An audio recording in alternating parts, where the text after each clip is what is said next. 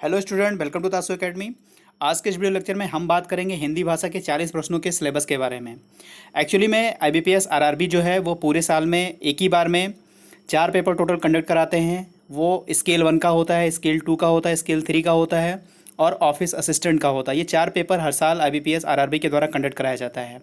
इनका जो paper pattern है उसमें एक पेपर होता है लैंग्वेज का जो ऑप्शनल होता है।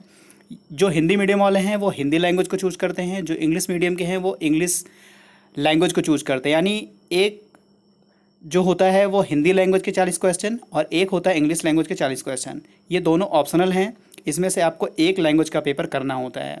तो जो हिंदी मीडियम के हैं उनके लिए काफ़ी बेस्ट होता है हिंदी लैंग्वेज का करना। टोटल 40 क्वेश्चन होते हैं, वो हिंदी का हो या इंग्लिश का हो, दोनों में 40 क्वेश्चन होते हैं। तो यहाँ सिर्फ हम बात करेंगे हिंदी भाषा के 40 प्रश्नों के सिलेबस के बारे में कि कैसे क्वेश्चन पूछे जाते हैं और उस सिलेबस में क्या क्या और किन किन टॉपिक से क्वेश्चन आते हैं, उन्हीं के बारे में पूरा वीडियो है। तो चलिए शुरू करते हैं वीडियो। और वीडियो शुरू करने से पहले अगर आज आप चैनल पे नए हैं तो चैनल को सब्सक्राइब कर लें, साथ ही लगा बेल आइकन प्रेस कर दें जिससे लेटेस्ट वीडियो का नोटिफिकेशन तुरंत मिले। वीडियो को लाइक कर दें, अपने दोस्तों के साथ शेयर कर दें, कमेंट करके बताएं वीडियो कैसा लगा। स्टूडेंट, आप 2 काम पहले कर लिया करिए। एक तो वीडियो को लाइक कर दीजिए और दूसरा अपने दोस्तों के साथ शेयर कर दीजिए जो इस एग्ज़ाम की प्रिपरेशन करते हो, ठीक है। यहाँ पे देखिए, आप लोगों ने देख लिया होगा कि हम हिंदी लैंग्वेज की यहाँ पे बात करेंगे और हिंदी लैंग्वेज यानी हिंदी भाषा में कुल 40 प्रश्न आपसे पूछे जाते हैं।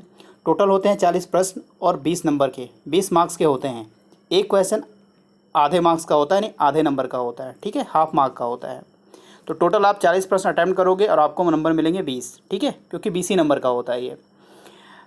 और सबसे बड़ी बात ये होती है कि हिंदी जिनको अच्छे से आती है ना, तो वो 20 में से काफ़ी अच्छा नंबर स्कोर करते हैं। काफ़ी 18-19 नंबर काफ़ी इजी होती है, बहुत टफ नहीं होता है, इजी टू मॉडरेट होती है। तो लगभग आप क्वेश्चन कर ले जाएंगे, काफ़ी अच्छी होती है। तो जिनकी पकड़ हिंदी पे होती है तो वो हिंदी ही ऑप्शनल में चुनते हैं और काफ़ी अच्छा नंबर लाते हैं।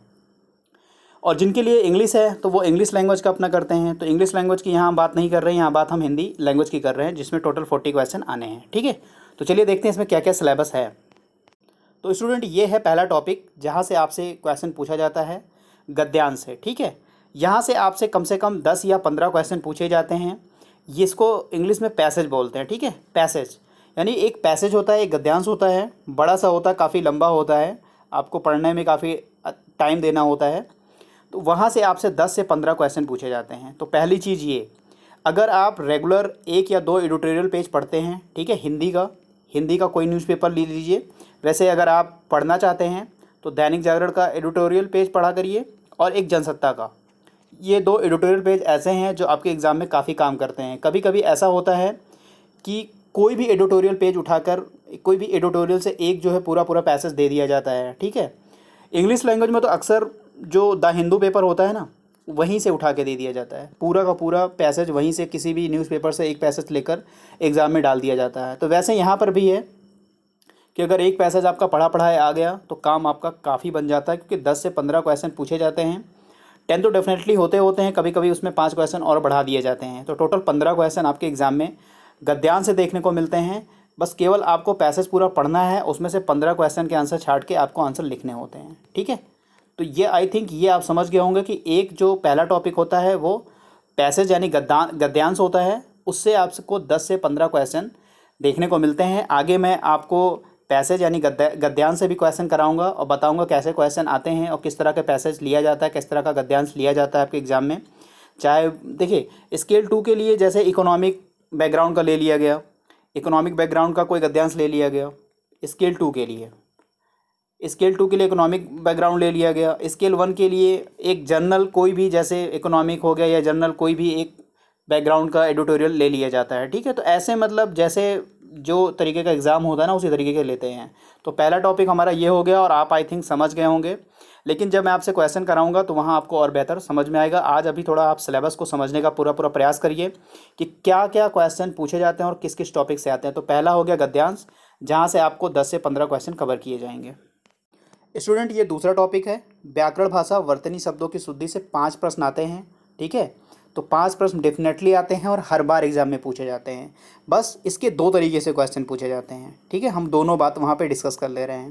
पहली चीज़, एक आपको वर्ड दे देगा, यानी 5 ऑप्शन में देंगे। जैसे एक वर्ड लिखा गया कवित्री, ठीक है, कवित्री लिख गया, तो ये शब्द लिखा है तो आपको छांटना होगा इनमें से कौन सा शुद्ध शब्द है, कौन सा अशुद्ध शब्द है। 5 टोटल ऑप्शन होते हैं बैंक में, तो 5 ऑप्शन आपसे दिए जाएंगे। ऐसे ये वर्ड दे दिया गया, ठीक है, खिलौना वर्ड दे दिया गया, ठीक है, कालिदास वर्ड दे दिया गया। तो 5 शब्द ऐसे आपको दिए जाएंगे, वर्ड दिए जाएंगे, उनमें से कौन सा शुद्ध है वो आपको छांटना होगा। ये 5 क्वेश्चन आएंगे, काफ़ी इजी होते हैं। आप बस एडिटोरियल पेज को पढ़ते रहिए, उसमें कुछ शब्द जो है उनको मार्क करते रहिए और ध्यान से देखते रहिए कि किसको कैसा लिखा जाता है, ठीक है। तो ये बहुत अच्छे से है कि आपको ध्यान देना पड़ेगा। तो ये पहले तरीके का हो गया कि 5 ऑप्शन में आएंगे क्वेश्चन। जब मैं आपको इसका पेपर कराऊंगा तो मैं वहाँ पे आपको और डिटेल में बताऊंगा कि कैसे प्रश्न वहाँ पे आपको देखने को मिलेंगे। तो यहाँ पे बस इतना समझिए कि 2 तरीके से व्याकरण भाषा वर्तनी शब्दों की शुद्धि आती है कि 5 ऑप्शन में 5 शब्द दिए रहेंगे और 5 में से 4 गलत होंगे, 1 सही होगा। तो उनमें से आपको शुद्ध शब्द छांटना होगा। जैसे कवित्री, क्या ये सही लिखा हुआ है? आप भी कमेंट में करके बताएं कि ये वर्ड क्या सही लिखा हुआ है। अगर हाँ तो ठीक है, अगर नहीं तो कैसे शुद्ध लिखा जाएगा वो भी आप बताइए कमेंट में। और दूसरे तरीके के पूरा एक पैसेज होगा, ठीक है। जैसे राम कल गया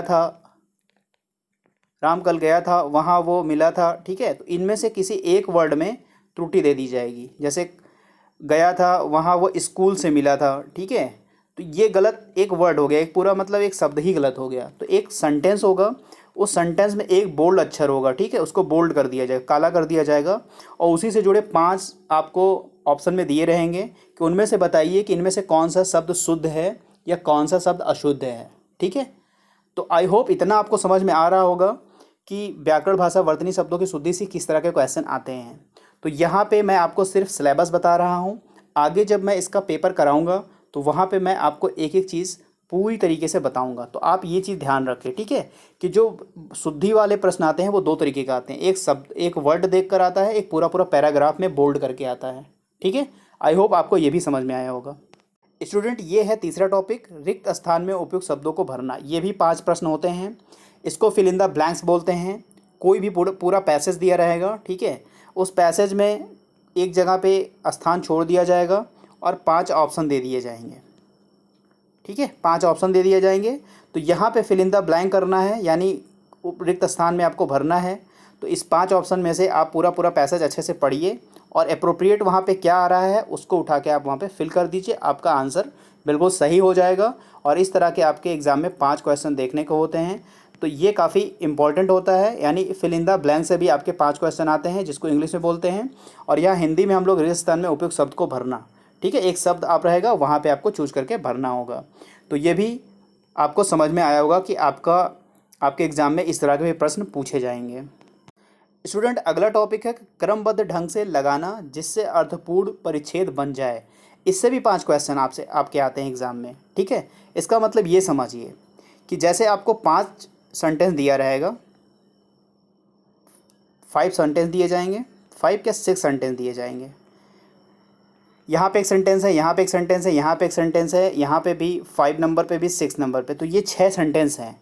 इनको आपको ऑर्डर में लगाना रहेगा, ठीक है। जैसे यहाँ पे कोई सेंटेंस है ना, यहाँ पे जैसे आप सोच लीजिए कि एक राजा रहता था, ठीक है, वो प्रजा की बहुत देखभाल करता था।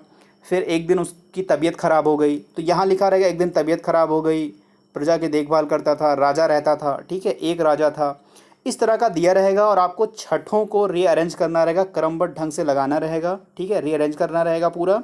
और करने के बाद आपसे प्रश्न जैसे पूछा जाएगा कि इनमें से पहला जो है कौन सा शब्द बनेगा, तो आप वहाँ लगाएंगे एक राजा था, ठीक है, ये वाला सेंटेंस पहला होगा, आपका आंसर सही हो जाएगा। दूसरा पूछेगा कि दूसरे नंबर पे कौन था, तो वह प्रजा की देखभाल करता था, ठीक है। तीसरा, फिर वो एक दिन बीमार हो गया। तो इस तरह से आपको रीअरेंज करना, वहाँ पे मतलब पूरा एक सेंटेंस को इधर उधर करके ऊपर नीचे करके दिया रहेगा और आपको टोटली उसको अरेंज करना होगा, ठीक है।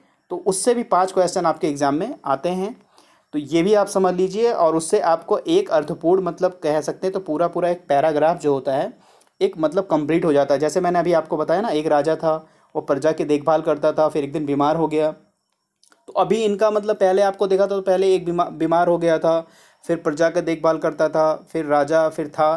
तो जब आपने इसको अरेंज किया तो पूरा एक अर्थपूर्ण परिच्छेद बन गया। तो 5 क्वेश्चन यहाँ से भी आते हैं। रीअरेंज करने के लिए इंग्लिश में बोलते हैं ना, इंग्लिश में रीअरेंजमेंट करने को आता है, तो वहीं पे सेम यहाँ पे भी आते हैं। बट हिंदी का है, काफ़ी ईजी होता है। और जब मैं आपको प्रश्न कराऊंगा तो आपको वहाँ पे काफ़ी करने में काफ़ी ईजी आपको फील होगा। वर्तनी शुद्धि से मैंने आपको बता दिए हैं कि 5 प्रश्न आते हैं, ठीक है। एक वो आपका शब्दों को छाँटना होगा और दूसरा आपको पैराग्राफ में छाँटना होगा। तो इनमें से आपके 5 प्रश्न यहाँ पे भी देखने को मिलते हैं, वो मैं आपको बता भी चुका हूँ। चूँकि कभी कभी दोनों तरह के प्रश्न दे देते हैं कि आपको शब्दों को छाँटना होगा, उससे भी 5 क्वेश्चन दे देते हैं, आपको पैराग्राफ में भी छाँटना होगा, वहाँ से भी 5 क्वेश्चन दे देते हैं। इसलिए हमने भी इस टॉपिक में शामिल किया है। समझ रहे हैं आप? तो इन दोनों को ध्यान दीजिएगा।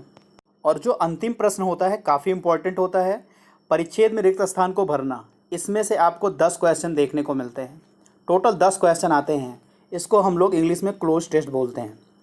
क्लोज टेस्ट यानी पूरा एक पैराग्राफ होता है और पैराग्राफ पूरा लिखा होता है, बीच बीच में जो है गैप होता है, कुछ वर्डों का, कुछ शब्दों का गैप होता है, और उसी गैप को आपको फिल करना हो। तो टोटल 10 मार्क्स के होते हैं ये, ठीक है। क्लोज टेस्ट इंग्लिश में बोलते हैं। और यहाँ पे परिच्छेद में रिक्त स्थान को भरना, यानी परिच्छेद में जो फिल इन द ब्लैंक्स है वो भरना। तो पूरा एक पैसेज होता है और उसी में आपको बीच बीच में भरना होता है, ठीक है। और ये लास्ट टॉपिक होता है, यानी टोटल 40 क्वेश्चन आपके सिलेबस ख़त्म यहीं पे।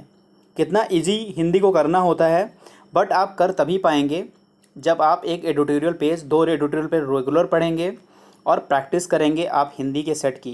क्योंकि देखिए, ऐसे एग्ज़ाम देना अलग चीज़ होता है और उस माहौल में एग्ज़ाम देना जब वो आरआरबी के द्वारा कंडक्ट कराया जाता है, दोनों काफ़ी अलग अलग चीज़ें होती हैं। तो बस एक चीज़ आप ध्यान रख लीजिए, कोई भी सब्जेक्ट हो, कितना भी इजी क्यों सब्जेक्ट ना हो, अगर आपकी प्रैक्टिस नहीं है ना, तो वहाँ पे करने में काफ़ी प्रॉब्लम आती है। तो इसीलिए हर सब्जेक्ट की प्रैक्टिस करते रहिए, खूब प्रैक्टिस करिए, और जितनी प्रैक्टिस करेंगे उतना आप पेपर को ईजी कर पाएंगे। करने के लिए वहाँ पे काफ़ी जल्दी समय में और काफ़ी अच्छे से, मतलब गलती भी नहीं होती है अगर आप काफ़ी प्रैक्टिस किए हुए हैं। तो आज बस वीडियो में आपको मैंने सिलेबस बताया है कि ये जितने भी 6-7 टॉपिक हैं ना, यहीं से आपके प्रश्न आते हैं, इसी तरीके से बिल्कुल आते हैं। और मैं अगले वीडियो में आपको हर एक टॉपिक से एक एक प्रश्न कराता, एक एक 2-2 जितने भी बन पाएंगे एक एक टॉपिक से कराऊंगा, ठीक है। पूरा टोटल नहीं, जैसे परिच्छेद में रिक्त स्थान को भरना है तो क्लो टेस्ट एक बार में करा दिया, तो एक एक 2-2 जो भी शामिल किए जाएंगे वैसे मैं कराता रहूँगा। बस आप लोग देखते रहिएगा, एंजॉय करते रहिएगा, काफ़ी ईजी आप लोग का एग्ज़ाम बनेगा अगर आप प्रैक्टिस करते रहे तो स्टूडेंट, आज के वीडियो में बस इतना ही। मिलते हैं नेक्स्ट वीडियो में। God bless you to all. Thank you for watching.